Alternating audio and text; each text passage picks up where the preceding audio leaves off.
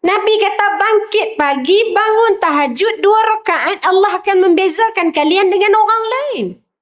Nak jadi VVIP Allah Ta'ala, Nabi kata bangun pagi. Tapi kita payah betul nak bangun pagi.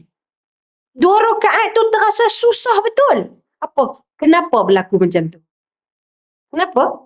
Adakah hati kita terlalu hitam? Ataupun adakah sebenarnya kita ni salah makan? Salah makan ni bukan maknanya yang haram, tidak.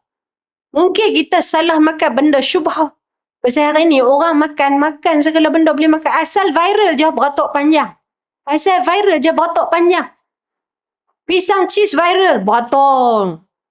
Boba beratok. Kita pun tak tengok dah kedai apa ni, tak tengok dah.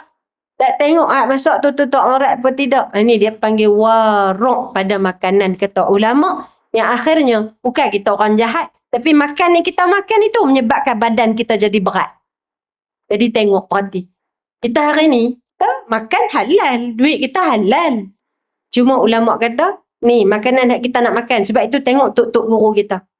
Dia jaga makan ni sampai tahap dia tengok siapa yang masak. Semayang ke tak semayang? Tutup aurat ke tak tutup aurat? Tapi ini bukanlah dalil katakan hari ni saya kira orang kata jumud pula. Ustazah, habis macam tu, takkanlah kita nak masuk pergi dapur tanya orang kedai tu, awak semayang? Itu kalau minta nasi goreng, tak bagi nasi goreng, dia bagi dengan pelempang-pelempang sekarang kan. Dia tak masuk tanya, tak payah tanya pun sampai ke tahap itu.